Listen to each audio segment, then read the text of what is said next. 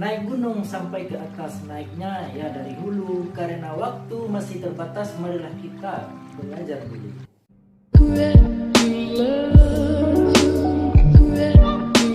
Bismillahirrahmanirrahim. Assalamualaikum warahmatullahi wabarakatuh. Apa kabar ananda sekalian? Semoga dalam keadaan sehat semua ya.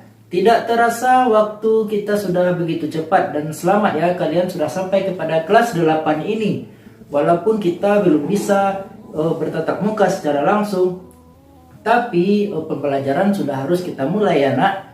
Dan khususnya dalam mata pelajaran prakarya ini, akhirnya kita bertemu di kelas 8 ini. Tentunya kalian sudah tahu, bersama Bapak sendiri kalian akan mempelajari prakarya. Tujuan prakarya ini yaitu untuk mengembangkan pengetahuan dan keterampilan agar kalian percaya diri melalui produk dan pengembangan sumber daya alam. Oh iya, ruang lingkup prakarya ada 4, yaitu kerajinan, rekayasa, budidaya, dan pengolahan. Pada bab 1 ini kita akan mempelajari tentang kerajinan bahan lunak. Berikut ya contoh-contoh bahan lunak itu. Dan ini peta materinya. Dan mari kita saksikan video berikut ini. Nah, apa yang kita bahas? Prinsip kerajinan bahan lunak.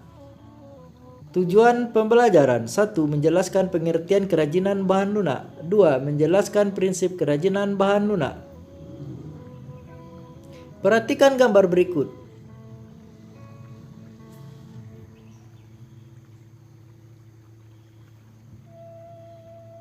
Kerajinan lilin hias dan lilin aromaterapi, bahan dasarnya lilin.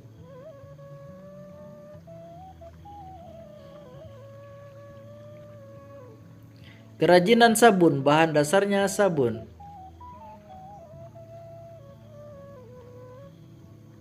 Kerajinan guci, bahan dasarnya tanah liat.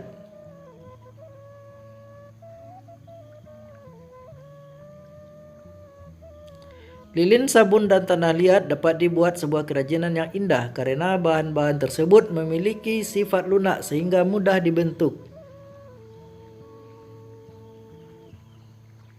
Kerajinan bahan lunak.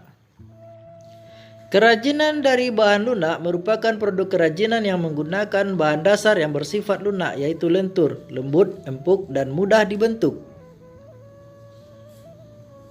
Contoh: tanah liat, plastisin, sabun, dan lilin.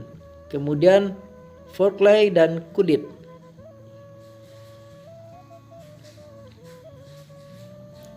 Prinsip kerajinan bahan lunak. Prinsip pembuatan kerajinan bahan lunak alam dan buatan memiliki kecenderungan, yaitu sengaja dibuat orang secara khusus dan sangat mempertimbangkan aspek pemaduannya.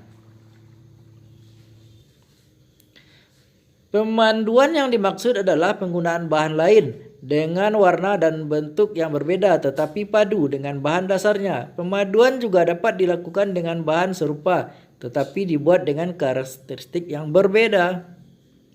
Prinsip kerajinan bahan lunak.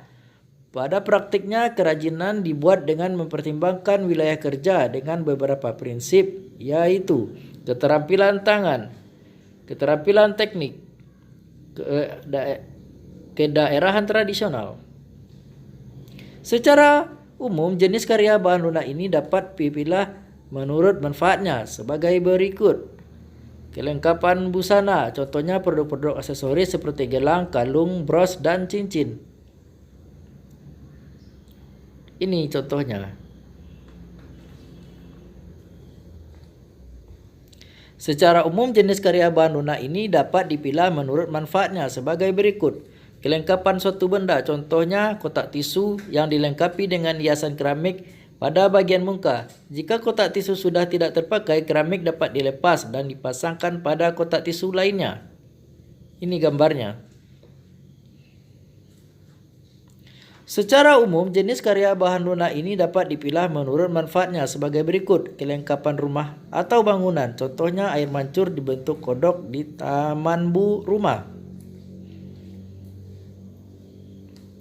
Secara umum, jenis karya bahan lunak ini dapat dipilah menurut manfaatnya sebagai berikut. Kelengkapan keperluan ritual atau upacara adat, contohnya lilin. Lilin banyak digunakan untuk berbagai acara ritual dan pesta adat.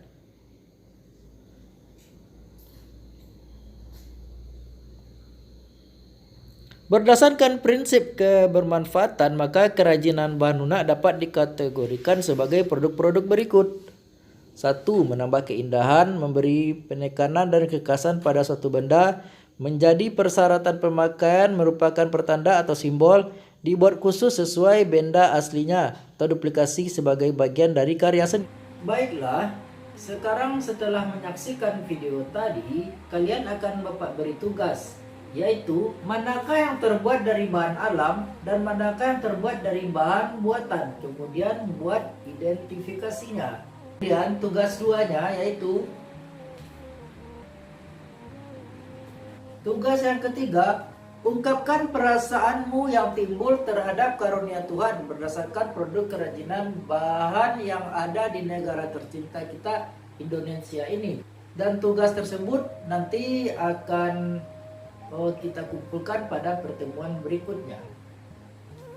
Terima kasih kepada Anda semua yang telah menyaksikan video ini. Tetap semangat mengikuti proses pembelajaran dan kemudian jaga kesehatan.